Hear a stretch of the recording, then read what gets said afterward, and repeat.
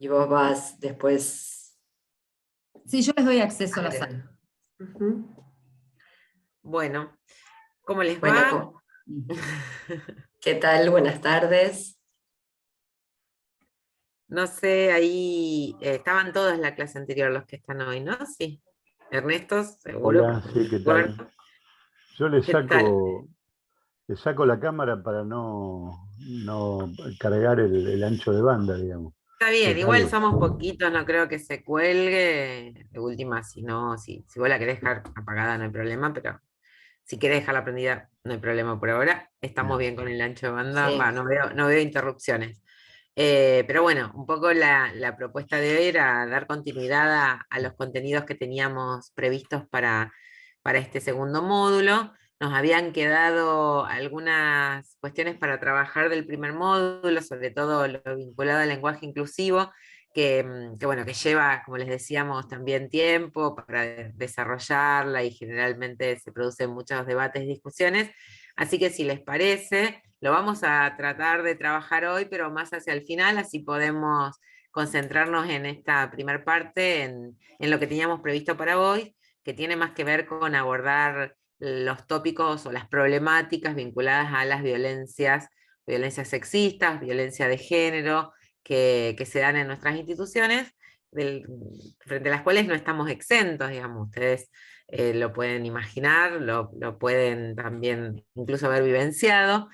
Todas las instituciones reproducen formas específicas de las violencias sexistas. Nosotras vamos a dar cuenta de ello también por toda la experiencia acumulada del trabajo que venimos haciendo en la universidad, donde tempranamente, en la mayoría de las universidades del país, allá por el 2014-2015, fuimos aprobando los protocolos de abordaje de las violencias sexistas. Y bueno, con toda la experiencia transitada ya, en estos años de haber implementado los protocolos, también, bueno, lo que vamos a compartir tiene un poco que ver con esos recorridos y con las conceptualizaciones que fuimos también generando a partir de la experiencia práctica concreta. Así que bueno, lo mismo que la otra vez, vamos a trabajar con un PowerPoint de base. Marina, ahí se ve la pantalla negra, no sé por qué no se logra compartir. Espera. Dale. Y yo- Vamos a compartirles también algunas afirmaciones y vamos a trabajar con la misma dinámica del semáforo. ¿Se acuerdan que no importaba tanto el color, si estaba bien o mal el color que le ponían, sino más bien las reflexiones que podíamos generar y las discusiones que nos podíamos dar en este marco, en este contexto de encuentro y de trabajo en equipo, para pensar qué color le ponemos a esa afirmación y por qué. Ahora sí, perfecto. Entonces, y Sí, en bueno, y vamos a ir realidad conceptualizando también. Sí, sí, Marín. Vamos a empezar con otra estaba pensando dinámica. que íbamos a arrancar con otra dinámica ahora, pero son un poco pocos para esta dinámica, pero bueno, de todas maneras, sobre todo hay dos mujeres nada más, y por ahí la cuestión de ver las diferencias de percepciones en relación a las afirmaciones que vamos a poner a continuación era interesante, pero bueno, vamos a verlas y después lo vamos discutiendo. A ver si puedo ir pasando, porque, bien. Esta cambiamos las reglas, es decir, acá ahora no respondemos con los colores del semáforo, como habíamos hecho en el primer encuentro, sino que la idea es que respondan con alguna de estas palabras a distintas situaciones que vamos a mostrar, poniéndolo, por supuesto, en el chat, ¿no? Siempre, frecuentemente, alguna vez o nunca. Nosotras vamos a ir poniendo diferentes situaciones y ustedes lo que van a decir es si esa situación alguna vez, les pasó siempre, les pasó con frecuencia o no les pasó nunca. A ver, Ahí se bueno, acaba de incorporar arrancamos. una persona, digo, Sí, vamos a por si no esperar que se escuchó la primera conecte parte. así. Sí. Claro. Hola Eh, Alejandro, ¿cómo estás? Ahí está. ¿Qué Para tal? Buenas que. tardes. ¿Qué tal, Alejandro? La dinámica, esta primera dinámica, que María Ángeles estaba explicándola recién, es, nosotros les vamos a ir presentando afirmaciones y ustedes en el chat contestan alguna de esas afirmaciones con estas palabras. Siempre, frecuentemente, alguna vez o nunca. Se eligen alguna de esas palabras y la colocan en el chat. Bien. Vamos con la primera. Me molestó el chiste machista, pero cuando me quejé, todos me cargaron. ¿Con qué frecuencia les pasó esto? A ver, sí.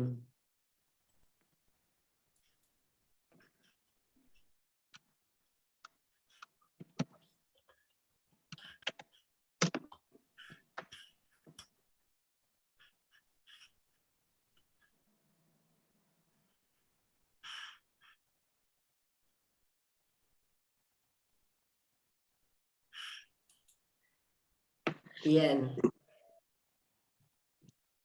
Seguimos Flor, con todas. seguimos Sí, con todas y después sí, vamos y después vamos viendo. Dale, clasificando. después volvemos, porque si no nos vamos a tener en cada una. Bien. Me sentí incómodo o incómoda por un comentario que hicieron sobre mi cuerpo y mi vida sexual en el espacio de trabajo.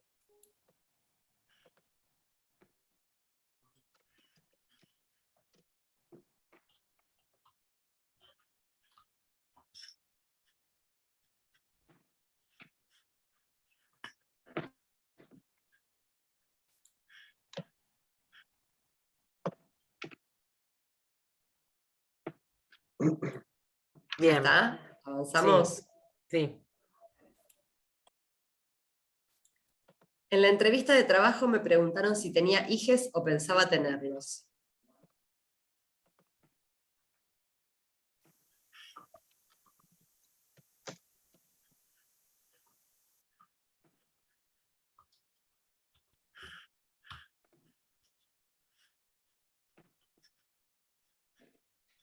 Bien. Bueno, avanzamos. Dieron por sentado que tenía pareja heterosexual.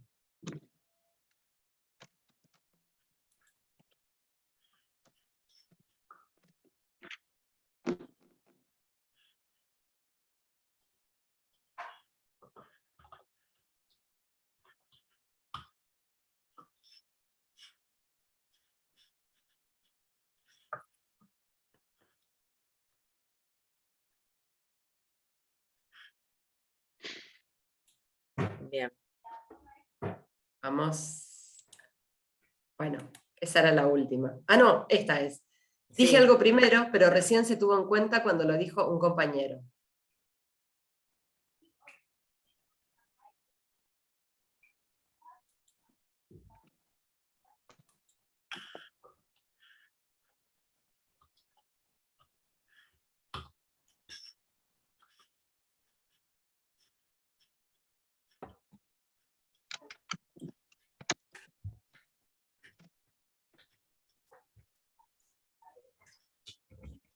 Bueno, bien.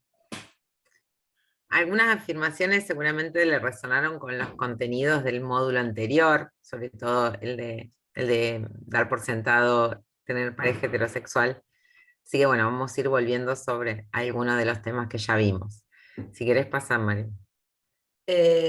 Sí, no, pensaba antes, bueno, bien, acá vamos a... Pensaba si estas, digamos, si estas respuestas que ustedes dieron a esas situaciones, en algunos casos, tiene que ver con que nunca se les plantearon esos dilemas, tal vez, o esas incomodidades. Si alguna vez alguna de esas situaciones les hizo sentir incomodidad o malestar, y si les parece, ahora tenemos justamente una mayoría de varones en este encuentro. Si les parece que las respuestas serían distintas si hubiera más compañeras mujeres acá en este espacio. ¿Qué les parece? A ver, ahora escuchamos, podemos abrir los micrófonos y esas cosas.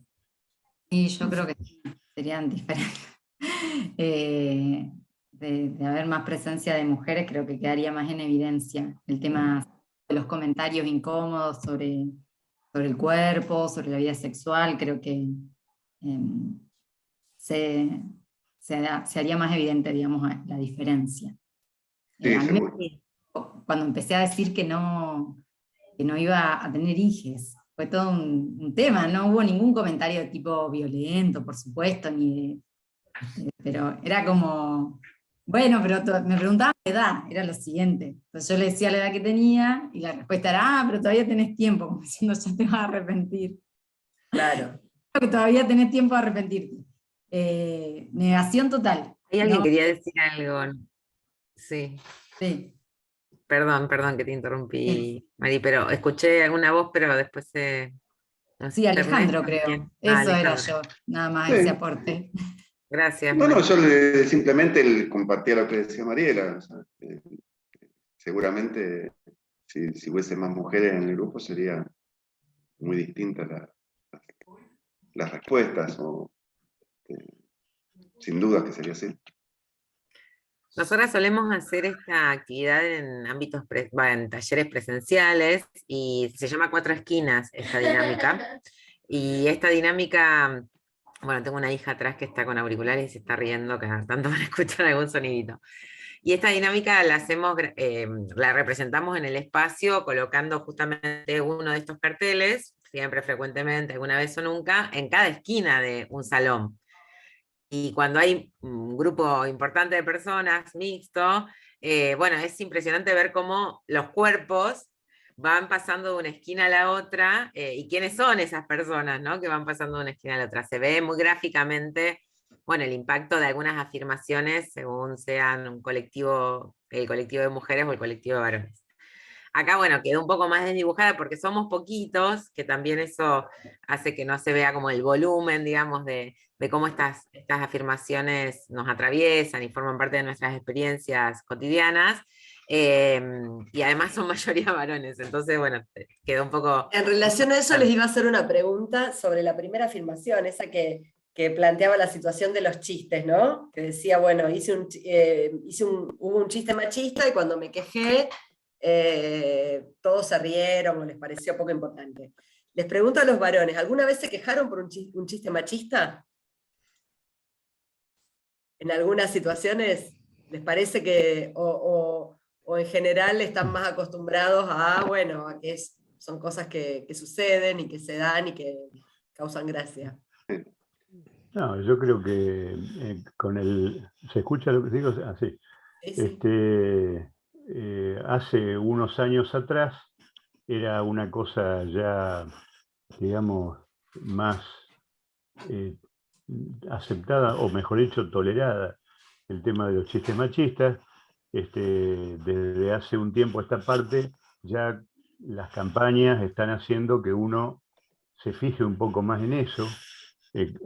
Prácticamente va desapareciendo el humor machista en los medios, en la televisión.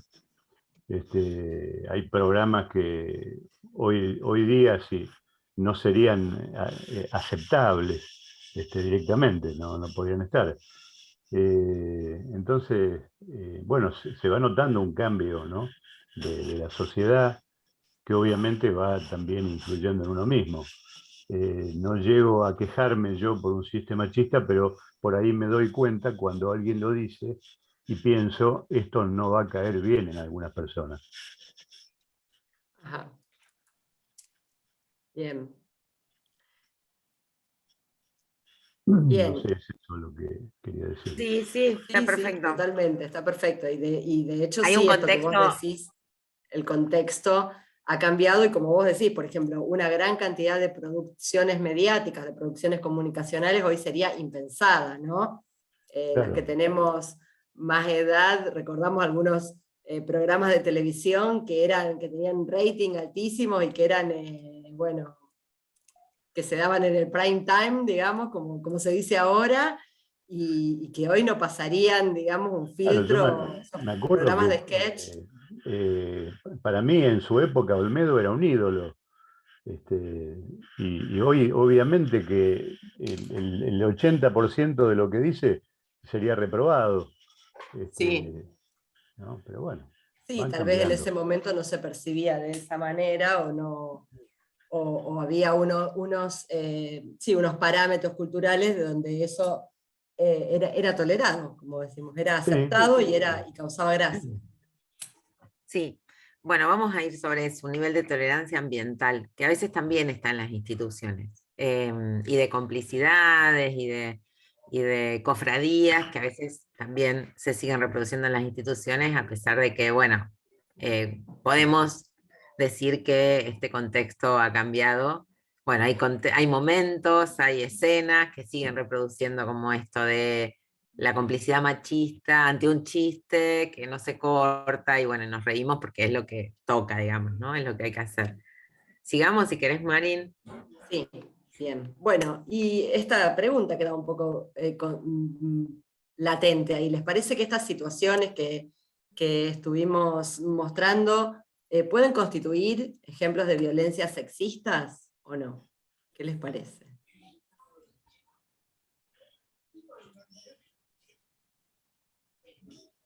No sé, depende del contexto, de la situación en que se diga o se dé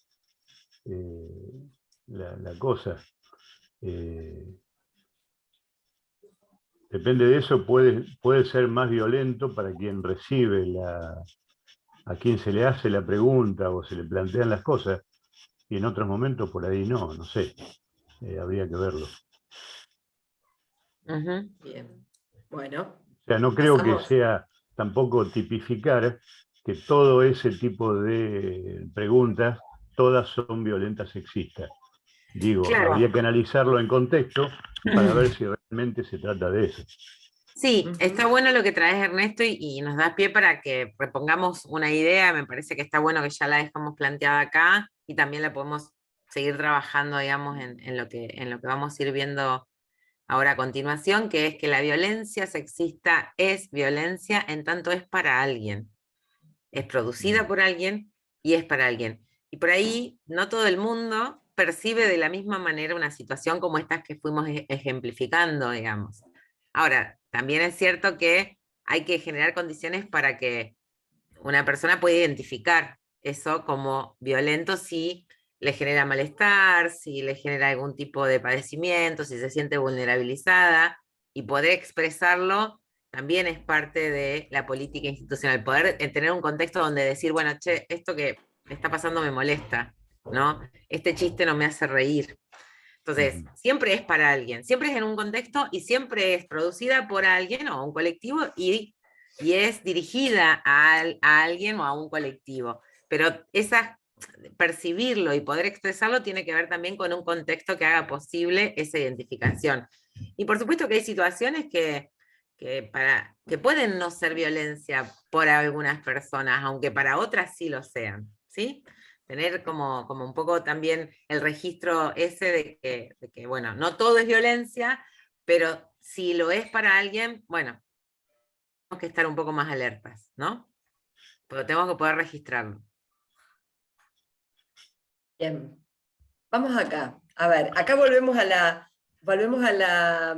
dinámica de la semana pasada. ¿Se acuerdan que contestábamos con rojo si no acordaban con la afirmación, con amarillo si estaban más o menos de acuerdo, y con verde si estaban de acuerdo con esta afirmación? Y contestamos en el chat. ¿Qué les parece esto?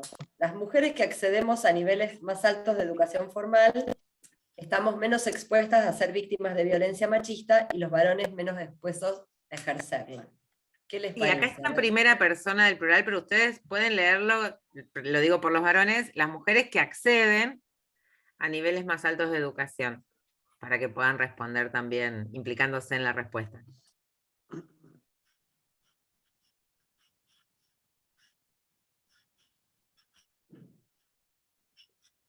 Sí, no sé, tal vez en el caso de mujeres que no hayan accedido a niveles de educación altos, se sientan, a lo mejor la mujer tiene, por ese motivo, y esto no lo limito a que sea una mujer, también le puede pasar a un hombre, que por el hecho de tener un nivel de educación o de formación, digamos, porque educación es otra cosa, un nivel de formación menor, se sienten menoscabados, entonces aceptan tratos que que no deberían ser. En este sentido, pasa, yo creo que también le pasa a hombres, a varones, ¿no? Bueno, ahí vamos a volver. A ver, está bien ¿yo puedo decir repartidas algo? las respuestas, están muy repartidas. Ahora te doy, Mariela, la palabra, porque lo que estoy mirando es que están muy repartidas, entonces está bueno que fundamenten alguien que dijo rojo, alguien que dijo verde y alguien que dijo amarillo. Así vemos cuáles son las diferentes opiniones. A ver, ¿quién quiere? ¿Quién arranca? Yo lo que Ya, creo, en relación a lo que dice Mariela Ernesto, quería decir sí. algo. Sí. Estaba desesperada. Que no creo que estemos, las mujeres que accedemos a niveles más altos de educación formal, estemos menos expuestas, sino que las mujeres que están en situaciones económicas o sociales de vulnerabilidad están más expuestas, digamos. En realidad, sobre una base, digamos, de exposición, claramente, si lo vemos desde un punto de vista interseccional, a la violencia de género, claramente se cruza una violencia económica. Entonces, ahí se potencia, digamos, esa vulnerabilidad. Y en el caso de los varones, yo diría que un varón que ha accedido a ciertos espacios de formación, yo creo que hasta está obligado o está en una situación de privilegio en relación a otros varones, a otros congéneres que no han tenido la posibilidad de ese acceso y debería, digamos, expuesto a ejercerla. No, pero no va a ser así a priori, digamos. Eso. Ahí vamos, ahí vamos. A ver, vos contestaste rojo. A ver, ¿alguien que haya contestado verde?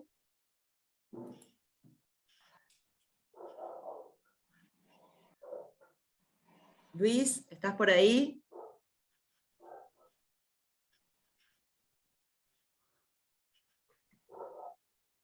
O alguien que, bueno, si no arranquemos con alguien que haya contestado amarillo, que hay unos cuantos amarillos. A ver, ¿qué opinan los amarillos?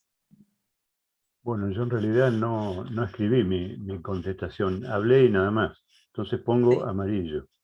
Sí, nos pareció que tu respuesta tenía que ver con el amarillo. A ver, ¿alguien más que haya respondido amarillo?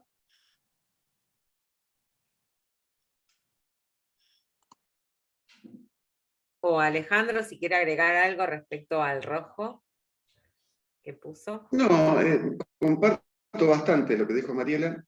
Por ahí, bueno, yo tengo experiencia de haber trabajado en empresas grandes, donde en sectores de producción, en el SWIFT básicamente, vos tenés sectores de producción donde los planteles están muy repartidos entre hombres y mujeres, mucha tarea manual, uso de cuchillo, que implica destreza con las manos y cosas así.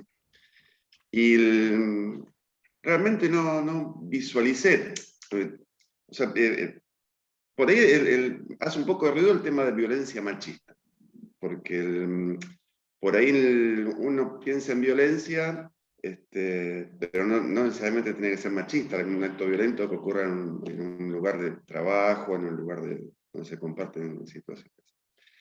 Pensando en lo que es la discriminación o el maltrato por el género, o situaciones que por ahí no son violentas para uno que no las percibe así, pero quizá para una mujer, como el hecho que me graficaron de preguntarle si piensa tener hijos y cuestiones así, que pensándolo bien, sí, realmente es violento que te pregunten eso. Me parece que es bastante similar el nivel de violencia que puede haber en cualquier nivel, más allá del nivel educativo que acceda a esa mujer, y en cualquier ámbito laboral, ya sea en un ámbito de personal de staff, donde trabaja gente más formada, con algún título, alguna capacitación, o en ámbitos de producción y de tareas manuales, donde a lo mejor trabaja gente con una educación muy básica. Me parece que no hay distinción. De hecho, tengo colegas mujeres que por el hecho de ser mujeres ganan menos que yo, y eso es una cuestión violenta, y se ejerce a un alto nivel educativo. Entonces, para mí no hay diferencia en relación al nivel educativo de formación que tenga la persona. Buenísimo. Luis, ahí Genial. fíjate si tu micrófono funciona. No sé, estaba intentando hablar, pero me parece que no sale el sonido. Qué lástima. Bueno. Hola, ¿se me escucha ahí por Ay, el ahora micrófono de sí. Natu? Ahora Ahora sí. sí. Tuve Perfecto. que sacar los auriculares porque el micrófono no me lo está tomando. En realidad, yo puse verde porque seguramente me consta, digamos, que el nivel de educación, cuando más educación esté disponible, se llega a equilibrar todo lo que es las diferencias en muchos órdenes. Principalmente en todo lo que es la posibilidad de acceder a vínculos, acceder a educaciones, a puestos y tener una posibilidad de tratar a las personas de distinta manera y llegar a poder entender al otro y también cuando los niveles de educación se están equilibrándose, también está el respeto de los dos lados. Cosa que cuando la educación el que tiene mayor educación que otro, crea como una superioridad en el trato, en la costumbre, en un montón de cosas que creo que la educación equilibra o equipara. ¿No? Ahora vamos a avanzar sobre eso. A ver, alguien de las personas que respondieron amarillo, alguien más, porque Ernesto de alguna manera respondió amarillo, ¿alguna de las otras personas que escribieron amarillo quieren contar por qué respondieron así? Bueno, yo soy Héctor, habilito la cámara. ¿Qué tal, Héctor? ¿Cómo estás? Hola, buenas tardes. ¿Cómo te Disculpen va? que llegué tarde. No hay problema. Hola, Héctor. Hola. Mirá, yo creo que la educación sin duda hace la diferencia, no importa si sos mujer, sos hombre o de otro género, pero sin duda que eso es verdad, que la educación hace la diferencia. Y el caso particular en el que vos decís, bueno, soy mujer y la violencia machista, o soy hombre y yo ataco a una mujer, que es lo que plantea un poco esta consigna, entiendo que es verdad, por eso yo le pondría verde, y que la educación te defiende como mujer o te educa como hombre para los conceptos de esta afirmación. También es verdad, pero no necesariamente es así, digamos. Hay veces que el nivel de educación formal no es lo que te define como agresivo o no, en machista, o en el caso de las mujeres, que te dé las herramientas como para evitar que eso ocurra. De eso mirándolo en la generalidad de los casos, pero si me tengo que inclinar por uno de los extremos, yo diría que es verde. Pero entiendo que hay muchas excepciones y no necesariamente la educación es lo que siempre hace la diferencia. Sin duda que es lo que nivela, como decía Luis, y otro comentó también que no necesariamente en estos conceptos la educación es la responsable de que digamos, desaparezcan las diferencias, las injusticias o las cosas que hay que corregir. Así que, bueno, por eso digamos, preferí poner amarillo, y si lo tengo que teñir al amarillo, lo teñiría de verde más que de rojo, digamos. Ahí María Rita habla de violencia y ahí decimos de violencias machistas, ¿no? A ver qué... Estamos pensando en violencias machistas y ahora después vamos a volver sobre eso, pero estamos hablando justamente en la afirmación, hablamos de violencias machistas.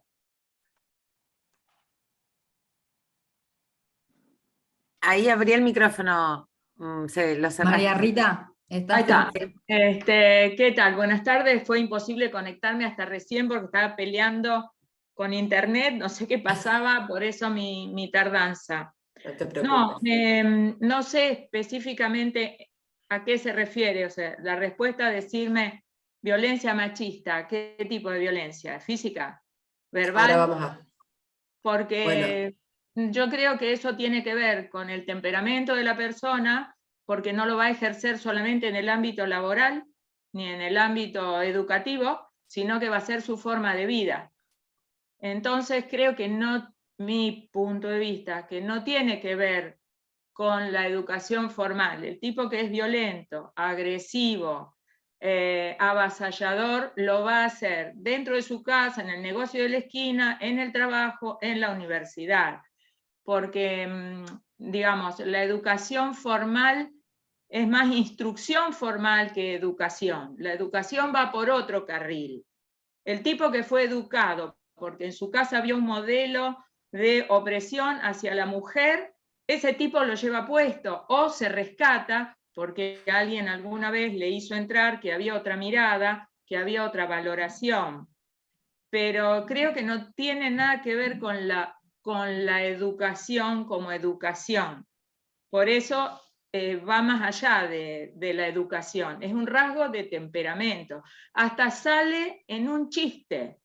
Todos estamos en una reunión y hay un desubicado que se descuelga con un chiste y a una se le congela la sonrisa porque tendría que responder con violencia feminista y darle una buena cachetada, por decir, loco, te fuiste un poquito para el costado.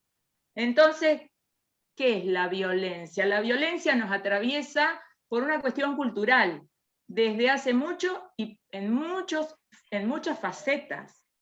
Eso es lo que no entiendo. Bien. Sí, justo antes lamentamos que no hayas podido estar porque justo presentamos unas situaciones y preguntábamos si esas situaciones, después le pasamos las diapos, y esas situaciones preguntábamos si podían constituir violencia, y bueno, esto venía un poco a continuación de esas situaciones que hicimos en la dinámica anterior. Pero nos lleva directamente a esta cuestión, porque esta afirmación de alguna manera nos habla de un mito, sobre todo, que es lo que damos en llamar el mito ilustrado. ¿Cuál es el mito ilustrado?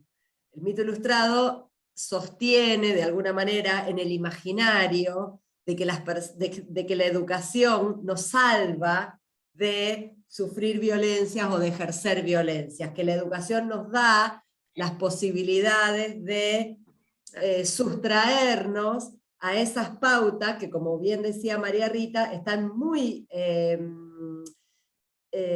arraigadas en nuestras prácticas sociales y en nuestro sistema patriarcal, ¿no? En el sistema patriarcal en el cual hemos sido socializadas y socializados.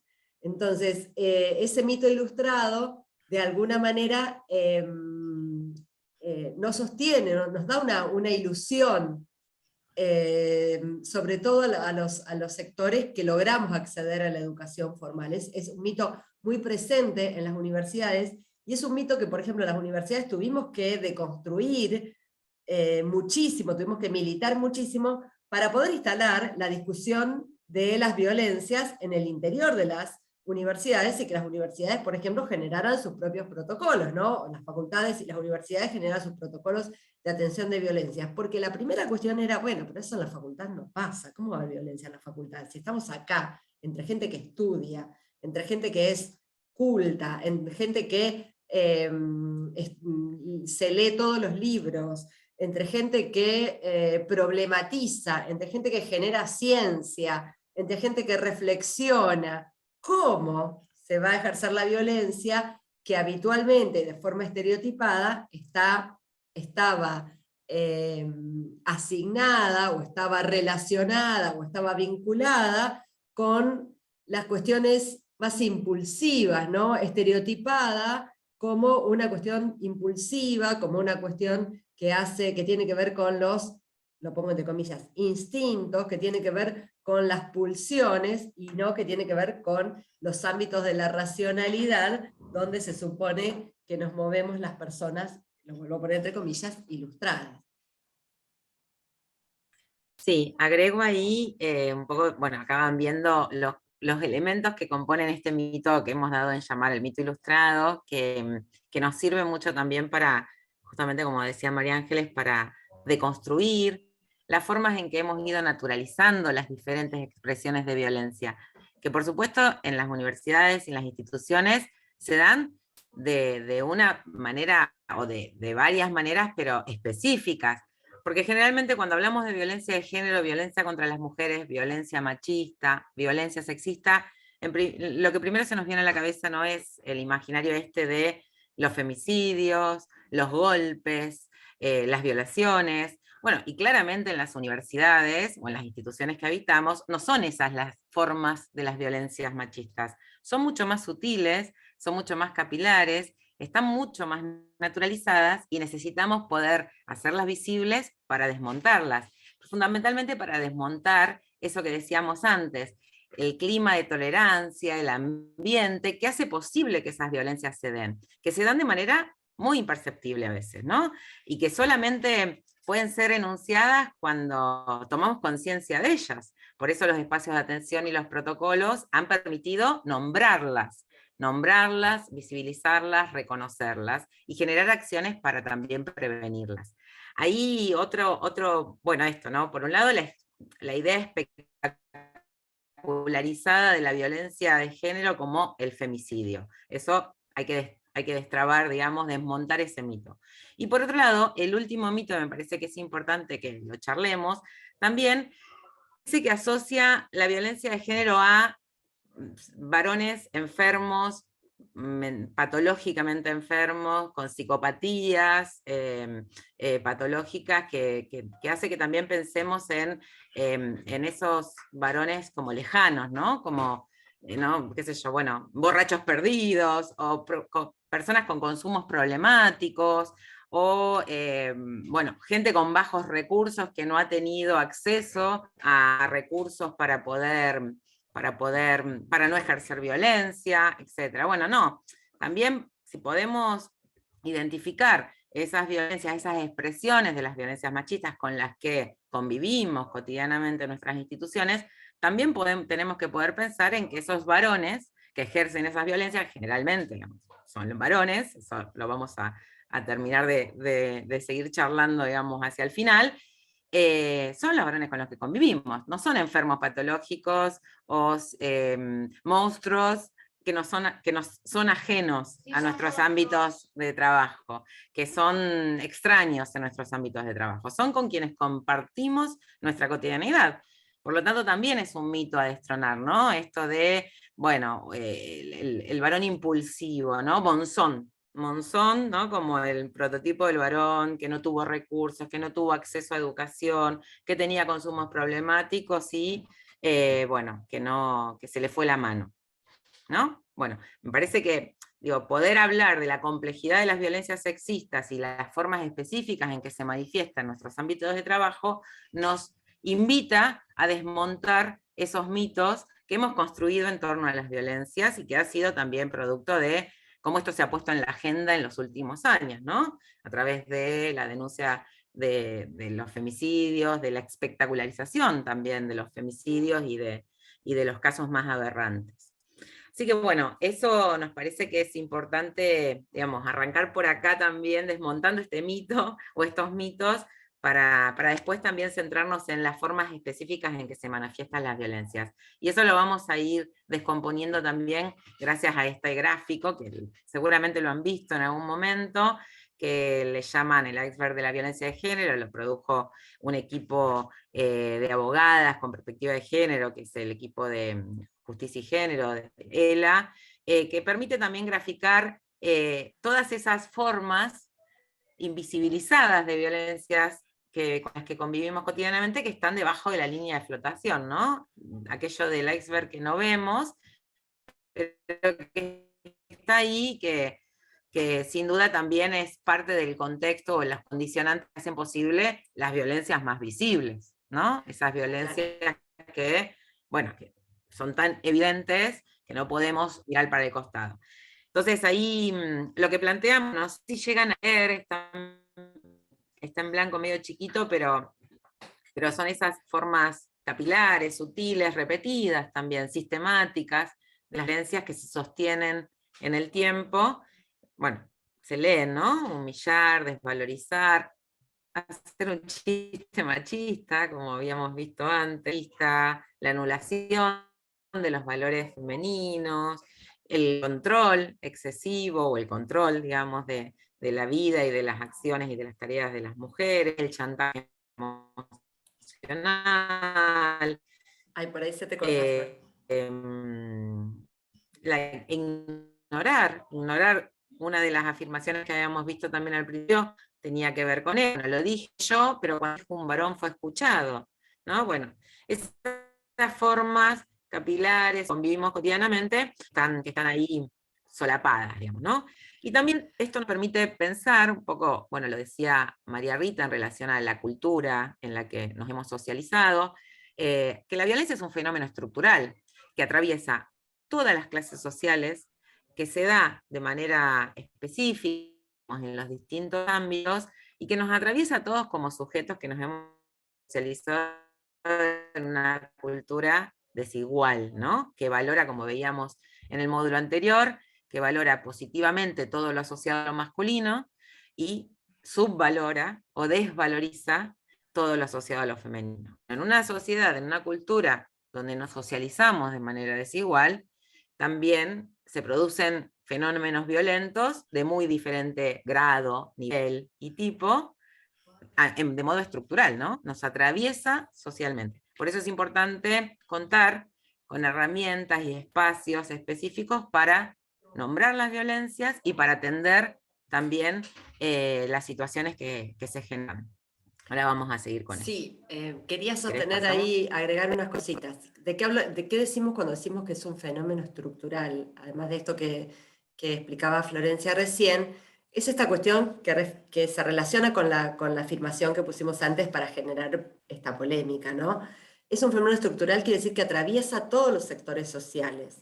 Y esto digamos, esto es algo que ha sido ratificado por numerosas investigaciones y por numerosas registros que vienen llevando las compañeras que atienden casos de violencias en diferentes espacios, en diferentes juzgados, en diferentes protocolos, que no hay ningún dato que permita sostener que estas violencias son más recurrentes en los sectores sociales menos favorecidos. Lo que sí es a veces notable es que suele haber un subregistro de algunas violencias muy terribles que suceden en clases sociales más favorecidas porque hay posibilidades sociales de ocultarlo también, ¿no? Hay posibilidades de no registrarlo, de no denunciarlo o de silenciar algunos casos que suceden en algunas personas que tienen recursos, ¿no? De alguna manera, sí, también en relación a lo que decía Mariela, personas que tienen muchos menos recursos son mucho más vulnerables, no solo a algunas violencias, por ejemplo, alguien que no tiene ningún recurso económico, y su entorno no tiene recursos económicos para contribuir, digamos, a que pueda salir de una situación de violencia, está mucho más vulnerada, tal vez, que una persona que sí tiene los recursos económicos. Pero no quiere decir que haya menos casos en un sector o en otro. Y es probable que tal vez los sectores más desfavorecidos queden mucho más registrados porque siempre acuden cuando pueden acudir, cuando pueden buscar algún tipo de protección, acuden al Estado, digamos, a las diferentes dependencias del Estado. Y en el Estado, aún con las falencias para la atención y para la sanción de las violencias, suele haber mucho más entrenamiento, por ejemplo, en los sistemas de salud para identificar situaciones de violencia física, el propio sistema escolar tiene a veces mucha capacidad de observar, por ejemplo, las consecuencias de las violencias en niñas, niñes y adolescentes. Digamos, diferentes dependencias del Estado, por ejemplo, las trabajadoras sociales que trabajan en diferentes centros de atención a la comunidad, tienen cierto entrenamiento para diagnosticar estas situaciones, y tal vez en otros espacios, en los espacios privados o en algunos espacios profesionales, no está ese entrenamiento porque está amparado de alguna manera por ese propio mito ilustrado que decíamos antes, ¿no? Bueno, en esta escuela no va a pasar, las personas que vienen a consulta médica a este sanatorio o a esta clínica o a este espacio, y no les pasan esas cosas. Y como esos profesionales tal vez no tienen ese entrenamiento, no están tan empapados de estas, digamos, tan empapados o no tienen ese entrenamiento para detectar algunas situaciones, muchos de esos casos en los sectores sociales más favorecidos tienen un subregistro, pero en general todas las investigaciones dan que son transversales y se sostienen en todos los espacios sociales. Sí. Mientras vas pasando ahí, Marín, dos cositas más que me parece también importante mencionar. Por un lado, que como decían también, no me acuerdo quién, por supuesto que tener recursos económicos y simbólicos es muy importante, porque bueno, si hay una situación de violencia doméstica y tienes que irte de tu casa o mudarte y demás, no tener recursos a tenerlo, o no tener dónde ir, no tenés también, qué sé yo, un círculo de confianza, amistades, familiares que te puedan alojar, cambia mucho la situación, ¿no?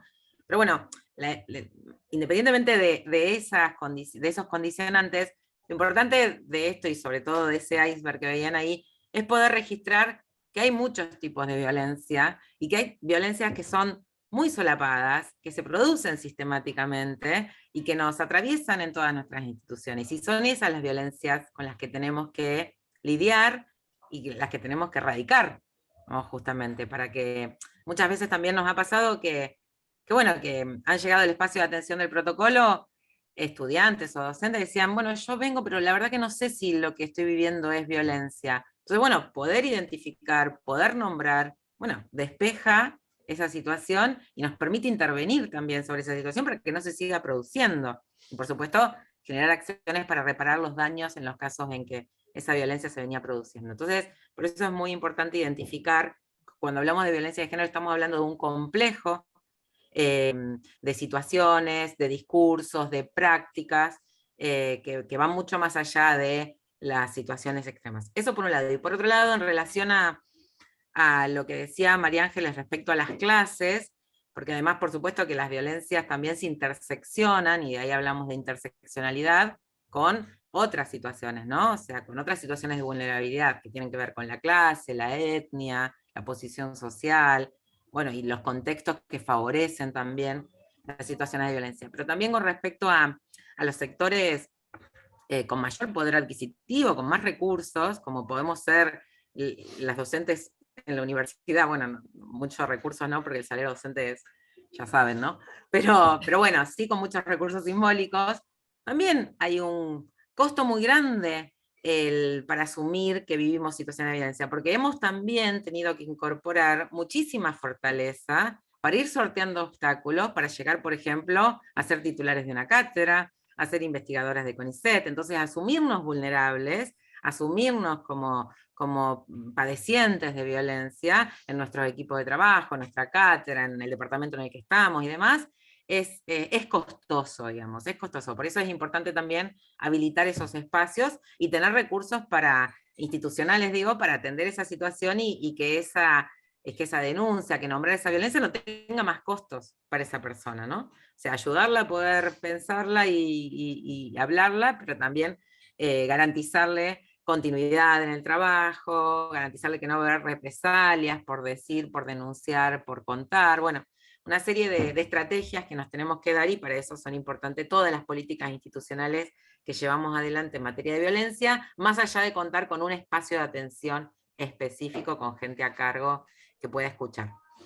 Bueno, me fui adelantando a cosas, pero me parece importante acá también destacar el esto, tema a que traer. como antes hablábamos de violencias machistas o de violencias sexistas, estamos por un lado refiriéndonos a relaciones de poder, a violencias que están basadas en relaciones de poder, es decir, la violencia machista es una relación de poder, digamos, es un ejercicio del poder hacia alguien que tiene menos poder, y tiene menos poder dentro de esta estructura y de esta cultura que denominamos como patriarcal.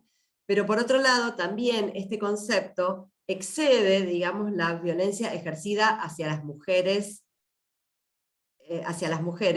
y se incluyen allí todas las violencias también hacia las personas de la diversidad sexual que no se adecúan a la masculinidad hegemónica, ¿no? Es decir, la discriminación, los chistes, los prejuicios hacia aquellas personas cuyos comportamientos, cuyos modos de ser, cuya orientación, cuya identidad no se adecúa a lo que espera de alguna manera la masculinidad hegemónica y el binarismo del que hablamos, ¿se acuerdan? En el encuentro pasado. Entonces, por eso decimos que es estructural y que es parte de un sistema.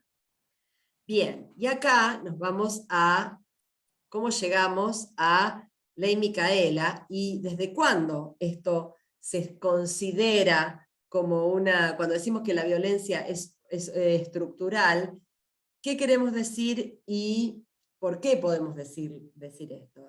Y en ese sentido es importante que pensemos en que el hecho de que estas violencias puedan ser identificadas, puedan ser nombradas, puedan ser definidas, tienen que ver con un marco normativo, no solo con unas cuestiones de sentido común y con una construcción teórica que hemos hecho las feministas a partir del reconocimiento de un montón de situaciones que hemos vivido y que hemos observado y que nos hemos ocupado de sistematizar, sino que todo ese conocimiento acumulado se ha traducido en los últimos años en un marco normativo que en nuestro país tiene carácter constitucional, ¿no?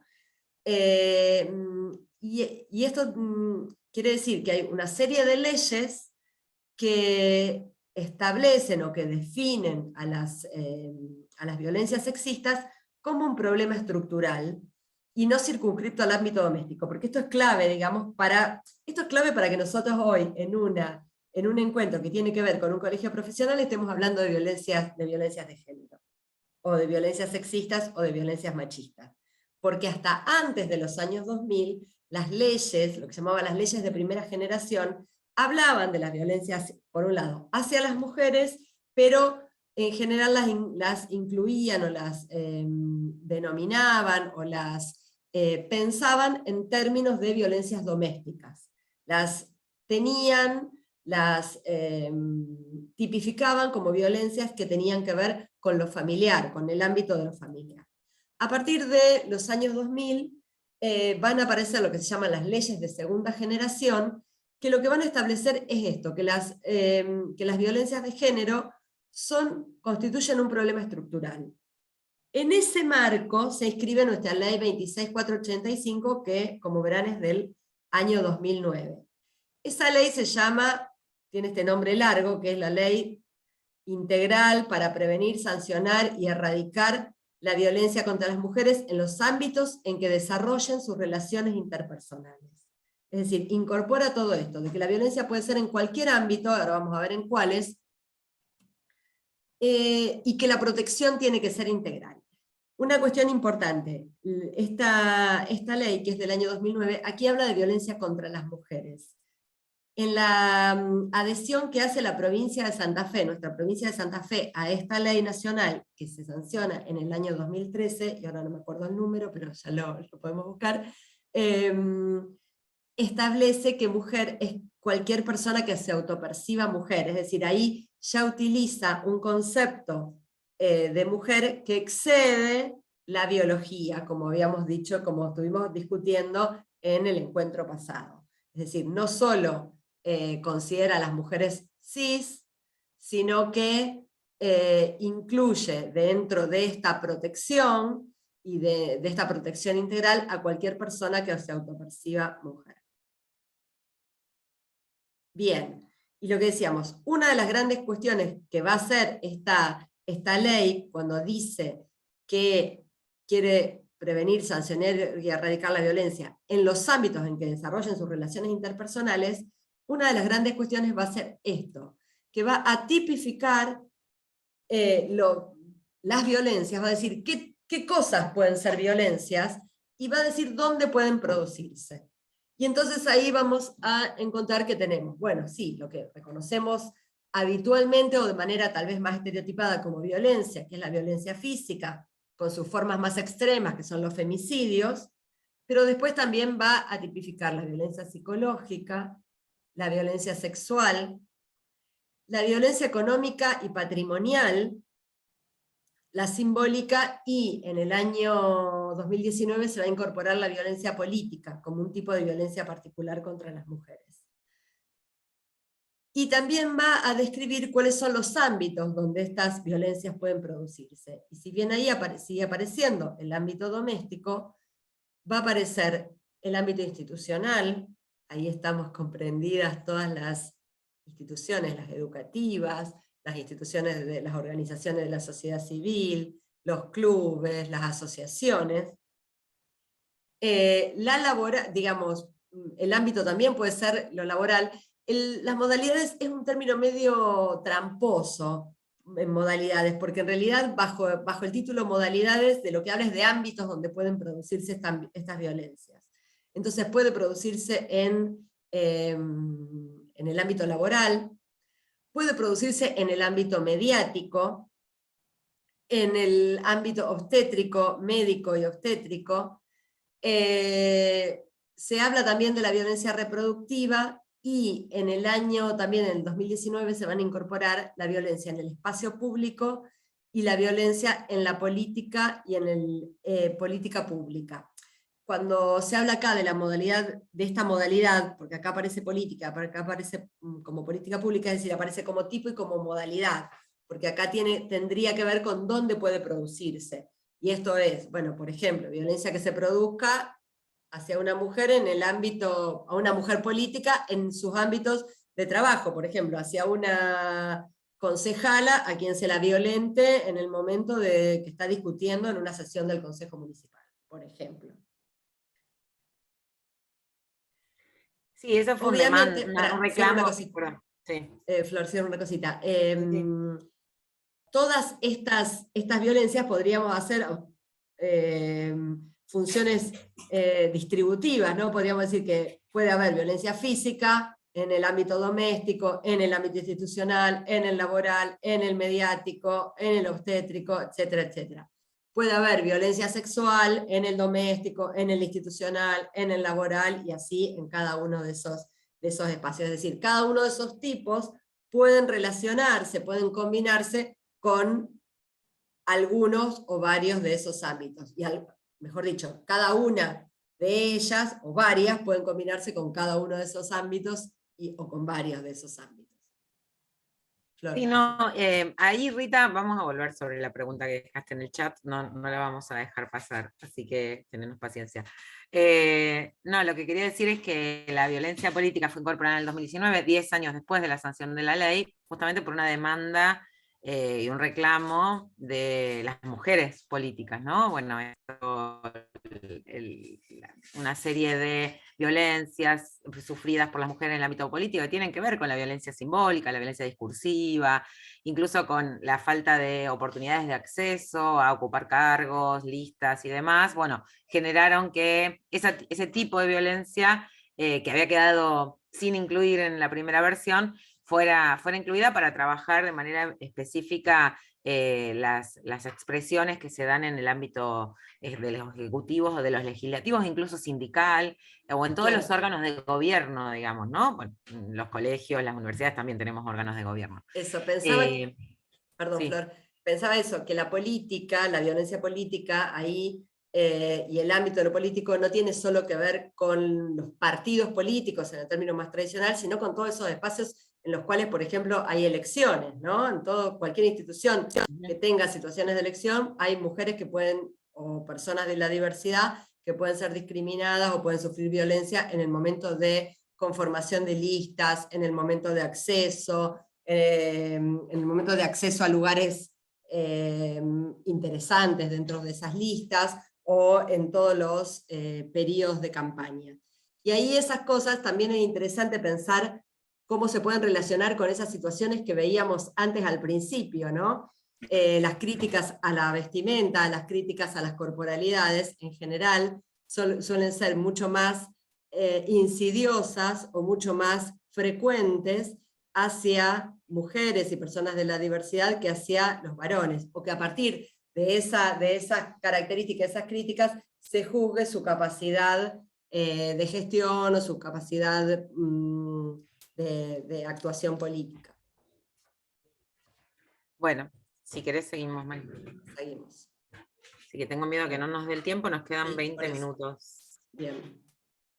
Bueno, Entonces, por otro lado, estas leyes de segunda generación, en la mayoría de los países se sancionaron más o menos en los mismos años, sobre todo en los países latinoamericanos, que están, como les decíamos antes, Emma, están regidas por las convenciones internacionales, de las cuales nuestro Estado es Estado signatario, por lo tanto, tanto la CEDAW, que es la Convención para Prevenir y Sancionar todas las formas de violencia contra las mujeres, como la Convención de Belén do Pará, que habla de lo mismo, pero para los estados americanos, son convenciones vinculantes para nuestro Estado. Digamos, no podemos no aplicarlas. Y la ley 26485 es resultado de esas convenciones. Esas convenciones se sancionaron entre finales de los 70 y principios de los 90, recogieron las demandas de los movimientos feministas a nivel nacional, a nivel latinoamericano, a nivel mundial, y nos obligan a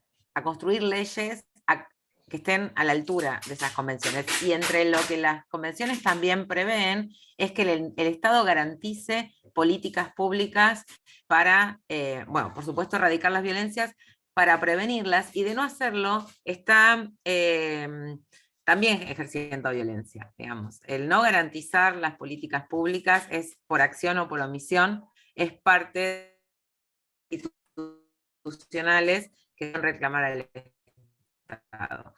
De ahí que también esas convenciones históricamente plantearon la importancia de las capacitaciones en género y sexualidades para los funcionarios del Estado, sobre todo quienes tenían a su cargo diseñar políticas públicas en materia de abordaje de las violencias. Pensemos en la justicia, pensemos en los cuerpos de seguridad, y sistemáticamente, año tras año, incluso mecanismos de seguimiento y de evaluación de su implementación en los estados que son o firmantes de esas convenciones, eran ignoradas, ¿no? Las capacitaciones para todos los funcionarios del Estado, desde la década del 70 son reclamadas, también forman parte del articulado, están puestas en el articulado de estas convenciones, pero fueron ignoradas hasta ahora. Hasta que contamos con esta ley, que es la ley Micaela, que... Ay, se me quedó congelada. Flor, te quedaste congelada. Bueno, sigo yo. Ahí está, se cayó, yo supongo que va a volver. Ley Micaela, como ustedes sabrán, es una ley que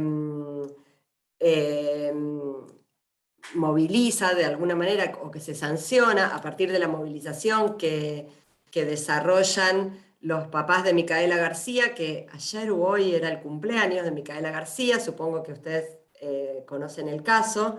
Micaela fue violada y asesinada a la salida de un baile en su ciudad. ¿Y por qué esta ley genera, digamos, esta cuestión de la capacitación obligatoria en perspectiva de género? Porque su asesino, que estaba en libertad condicional, digamos, porque bueno, ya había cumplido la parte que le correspondía de una condena por violación, había intentado un día antes o 2 días antes del caso de Micaela, también violar a una chica. bueno, esa chica logra escaparse, su papá o su familia hace la denuncia, y el policía dice que, bueno, que vuelva el lunes, le dice a esa familia. Yuyo García, que es el papá de Micaela, siempre sostiene, cuando presentaba este proyecto de ley, decía, bueno, si ese oficial de policía hubiera tenido el conocimiento de saber que el Estado tiene la obligación de actuar con debida diligencia reforzada cuando se trata de denuncias que tienen que ver con género, probablemente Micaela estaría viva. Dice, bueno, él no actuó solo por desidia, sino tal vez actuó por desconocimiento. Por eso ellos movilizaron, fogonearon la creación y la puesta en marcha de esta ley que obligue algo que ya estaba previsto, digamos, en todas las leyes anteriores, pero que nunca había sido suficientemente exigido al Estado como responsabilidad del Estado. Bueno, lo que establece la ley no es un contenido específico, sino que haya capacitación obligatoria en perspectiva de género para todas las personas que tengan función pública.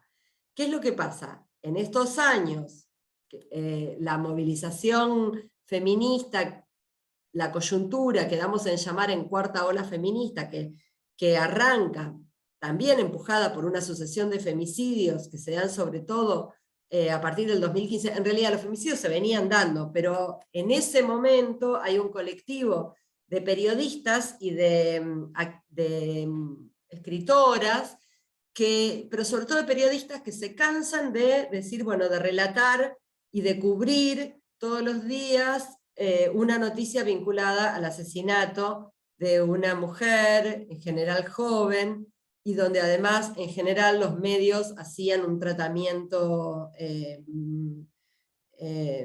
que revictimizaba a esas víctimas de femicidio. Y entonces convocan a esa primera marcha de Ni Una Menos, que es el 3 de junio de 2015, y a partir de eso, bueno, hay como una conjunción de cuestiones, es muy largo, hay muchas cuestiones para discutir sobre por qué se constituye la cuarta ola feminista, con qué cuestiones tiene que ver, pero de alguna manera esta coyuntura es la que hace que empuja los alcances de Ley Micaela y la extiende más allá de lo que estaba estipulado explícitamente en la ley, que era la formación de agentes del Estado. Pero de alguna manera esta presión social hace que un montón de organizaciones, que las empresas, que los clubes, las organizaciones de la sociedad civil, los colegios profesionales, un sinfín de organizaciones quieran también formarse en perspectivas de género, ¿no? Entonces, de alguna manera, esto que estamos haciendo hoy es un corolario, digamos, es algo que tiene que ver con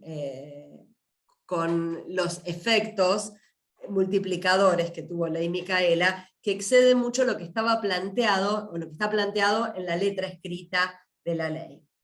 Y bueno, pobre Flor que se cayó, me parece, no se pudo volver a conectar. Volvió. Llegaste. Sí, me caí. Escúchame, Marín, tengo el video de Micaela, pero en todo caso terminemos, pasamos el otro y por si nos queda tiempo mostramos el video. Y esta, si querés, la pasamos rápido, porque como lo vamos a volver a ver algo. Sí, porque me parece que tal vez esto también tiene que ver con la pregunta que hace María Rita por ahí. Bueno, este es una de las legislaciones, en realidad no es una legislación, pero sí, en realidad la ley adhiere a este convenio, es decir, la ley 27580, que está sancionada entre 2019 y 2020, en 2020, adhiere a este convenio que firma la OIT, que tiene que ver con la eliminación de la violencia y el acoso en el trabajo. Y donde aquí lo que plantea es de alguna manera, si bien incorpora la violencia y el acoso por razones de género, habla de diferentes tipos de violencia que se suceden en los espacios laborales.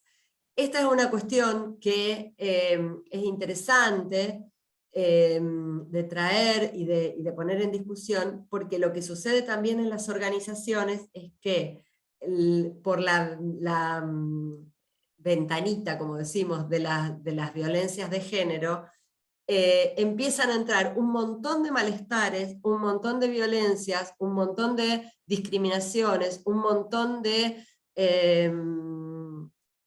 de acciones perjudiciales hacia algunas personas que se dan en todas las instituciones.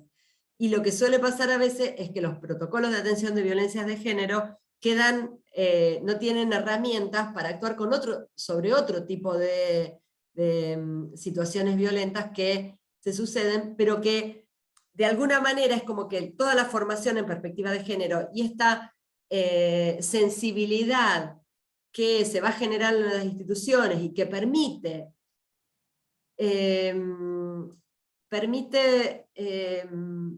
verbalizar esos malestares, permite ponerle nombre a esos estados de incomodidad, a esas discriminaciones que en otro momento habían sido naturalizadas y habían sido pensadas como, bueno, parte de las cosas que uno tiene que atravesar en sus experiencias laborales, bueno, entran de pronto, es decir, las capacitaciones en violencia de género y esta cultura general que estamos atravesando, que permite visibilizar eso, permite visibilizar todas esas otras violencias, todos esos otros malestares, y también permite decir que no tenemos por qué vivir todos nuestros trayectos vitales soportando situaciones de acoso, incomodidad y malestar. Bien. Sí. Si quieren, mientras van leyendo estas formas de micromachismo, micromachismo es un concepto que acuñó un psicólogo que trabaja en España, es argentino, pero trabaja en España hace mucho tiempo y empezó a trabajar este concepto a partir de intervenciones de espacios terapéuticos con varones que ejercen violencia.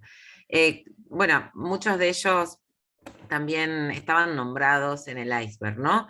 Que son esos micromachismos pequeños, cotidianos, controles, capilares, imperceptibles, que micro no es porque no generen efectos nocivos, que a veces pueden ser incluso efectos psicológicos muy nocivos o incluso afectar físicamente a alguien, sino micro porque no se ven o porque son muy chiquitos, digamos. Ahora vamos a ver este video, pero para responderle también a María Rita en relación con esto, también lo que Bonino nos ayuda a pensar es cuáles son los objetivos de las violencias ejercidas de manera capilar por los varones y cuáles son los objetivos de las violencias que se pueden producir entre mujeres o pueden ejercer mujeres.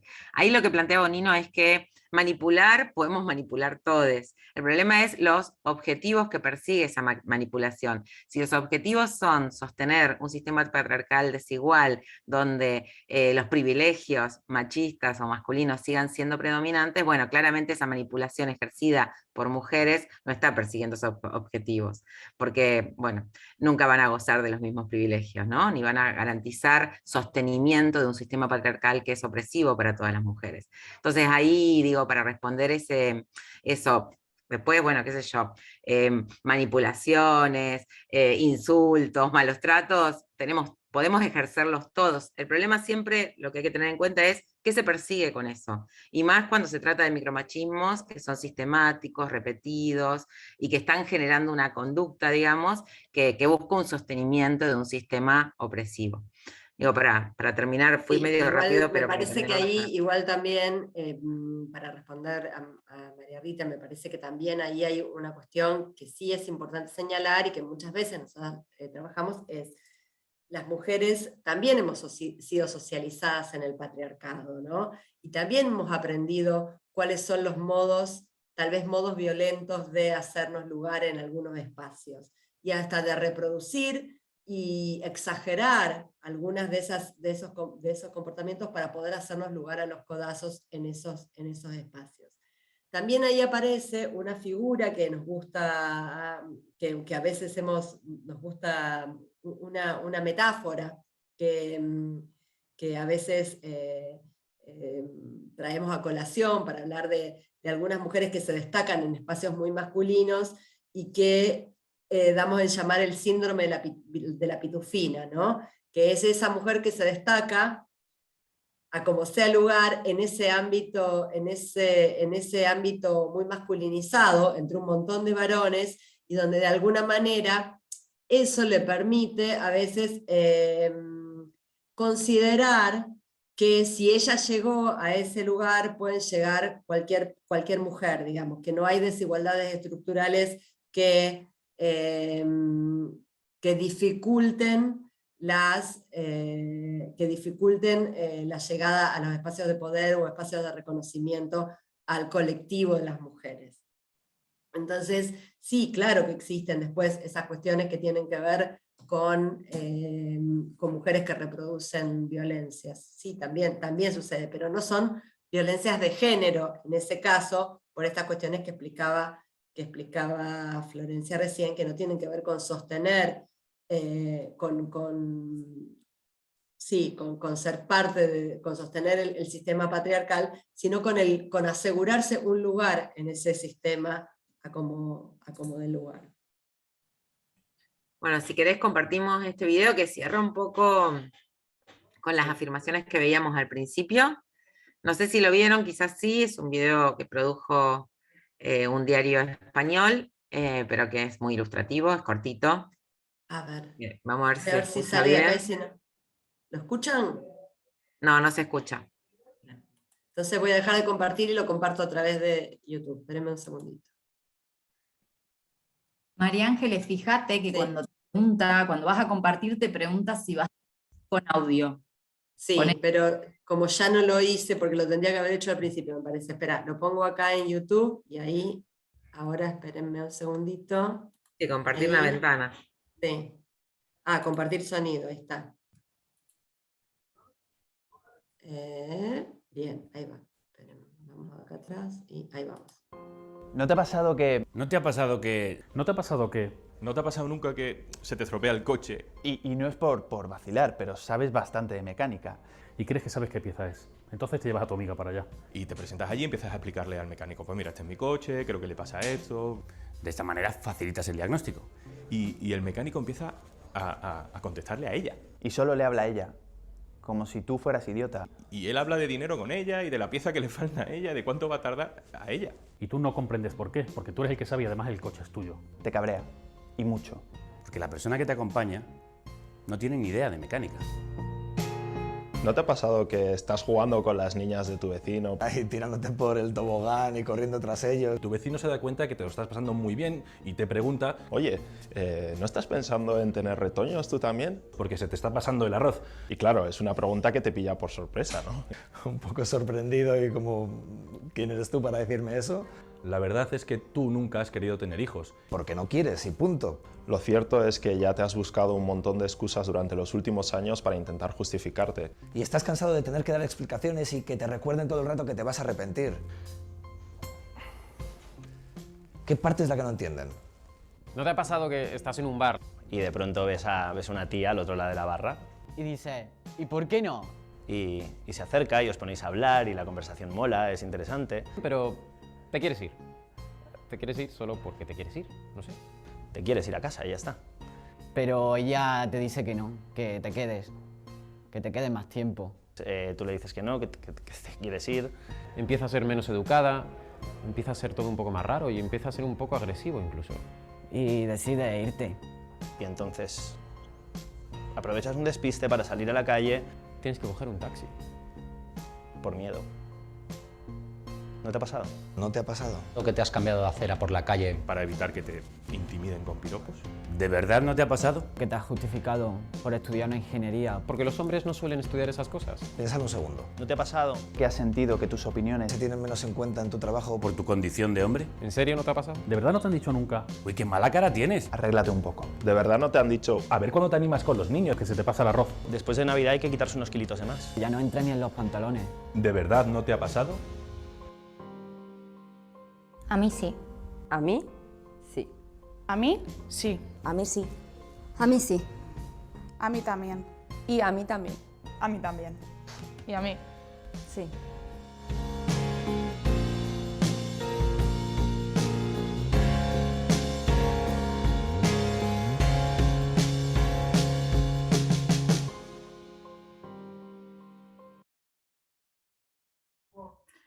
Bueno, me parece que con el video es como muy claro a qué le llamamos micromachismos y a las formas específicas en que se manifiestan las violencias machistas en nuestros espacios laborales, familiares, cotidianos. No sé si alguien quiere hacer algún comentario. Queda una última afirmación, pero bueno, fuimos trabajándola. Si querés la contamos nomás, pero fuimos hablando mucho de eso. La última afirmación es si contar con espacios de atención o protocolos en nuestros ámbitos de trabajo nos permite tener una política de abordaje de las violencias. Si nos garantiza que nuestras instituciones estén libres de violencias machistas, digamos. Así es la frase. Nos garantiza que tengamos instituciones libres de violencia.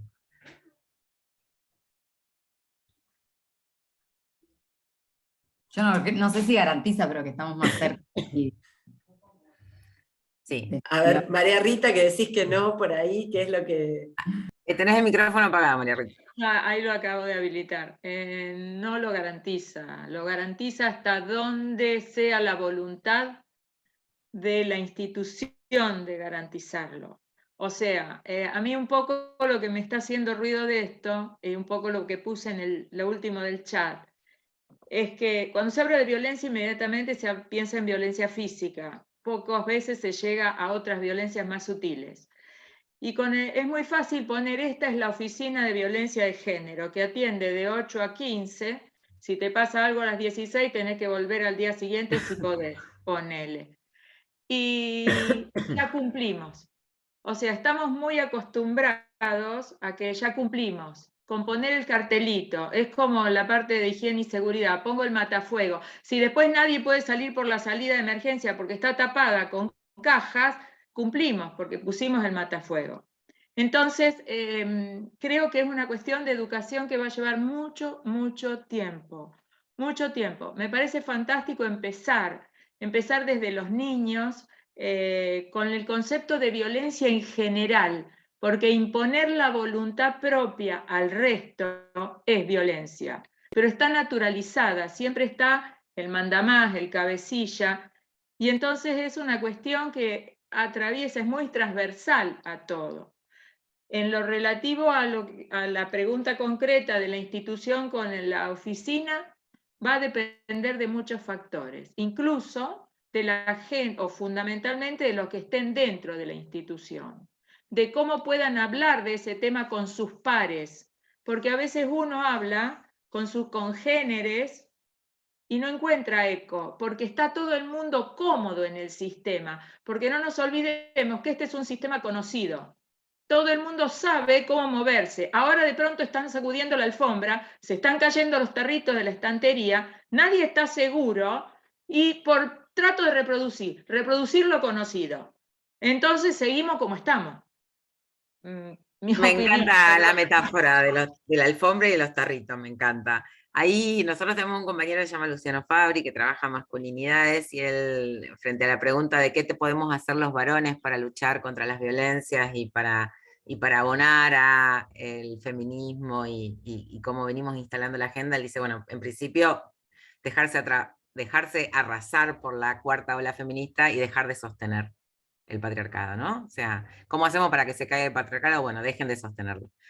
Dejemos todos, digamos, también las prácticas que a veces tenemos las mujeres, no solo los varones, es dejar de sostener esto que es conocido y que lo sostenemos porque es lo conocido. Y como decíamos en el módulo anterior, el género, la agenda de género y sexualidades es una pregunta incómoda, es una pregunta que nos intranquiliza, es una pregunta que nos genera conflictividad.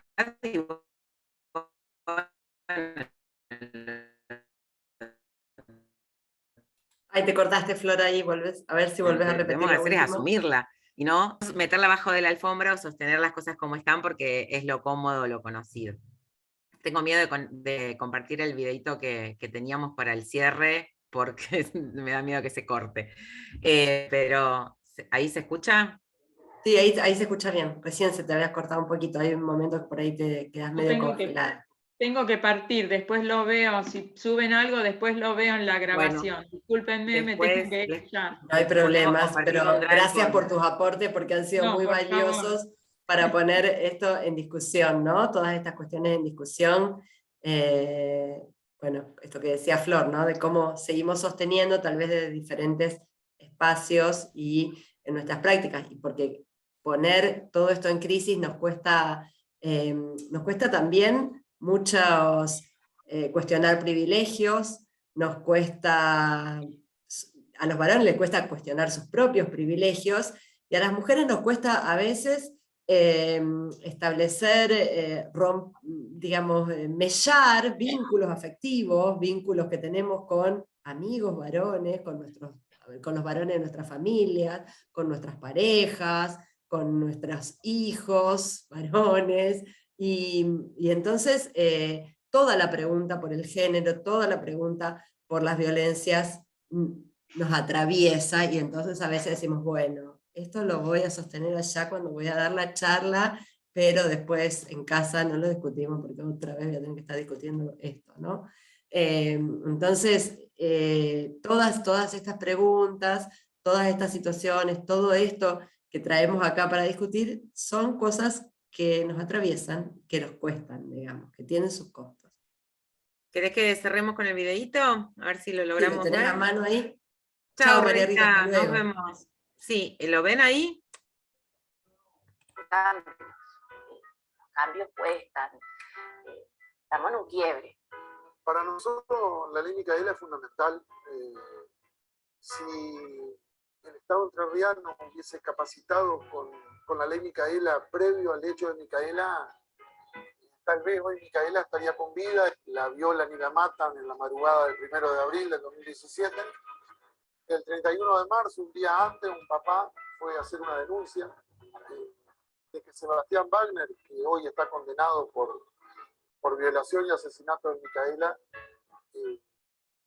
había intentado violar a su hija, abusar de su hija, y el policía que la atendió, que yo siempre recalco que nosotros no tenemos nada contra el policía porque las personas no son responsables de las cosas que no saben, le dijo, venga a hacer la denuncia el lunes porque la jueza no está en la ciudad, y si se hubiese radicado la denuncia ese día, Sebastián Wagner estaba con libertad condicional, por lo tanto lo hubiesen apresado esa misma noche y no se hubiese encontrado la madrugada con Micaela, y desde ahí nosotros creemos que agentes del Estado capacitado, empleados del Estado capacitado y funcionarios capacitados pueden evitar casos concretos.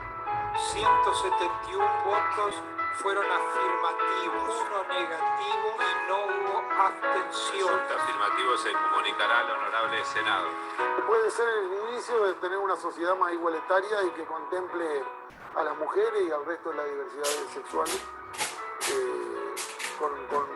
con equidad, con derechos, que lamentablemente hoy están en las leyes, pero no están en la vida cotidiana de todos los días.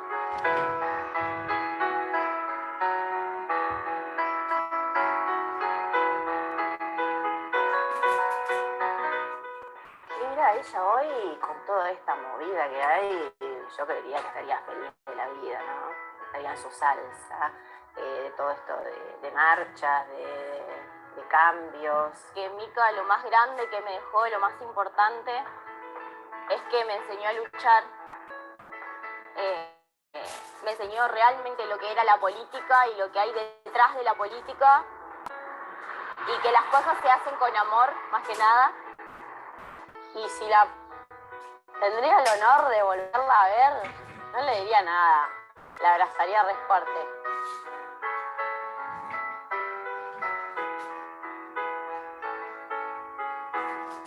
Un poco más siempre después.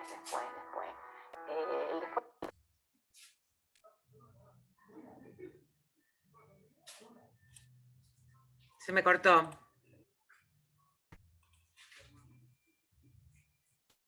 Se me cortó. Bueno, después le mandamos el link para que termine. Se lo subimos. Terminaba ahí nomás, faltaban 2 minutos para terminar. Pero bueno, nada, un poco también para cerrar, para que recuerden, si no habían visto, quién es Micaela García, cómo esos padres convirtieron todo ese dolor en la lucha y nos han dejado esto como legado también para que podamos sostener estas conversaciones y generar políticas de género cada vez más inclusivas, que puedan también contribuir a generar esa sociedad más justa que Micaela también soñaba, ¿no? Así que, bueno, eso. Bueno, nos quedó pendiente otra vez, digamos, la última afirmación del módulo 1, pero si les parece la recuperamos en el próximo encuentro, si no que era sobre el lenguaje inclusivo.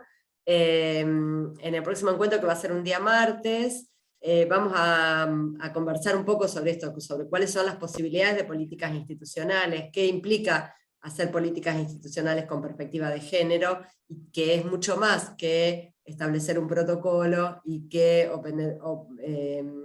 armar un espacio y una oficina de atención de las violencias, ¿no?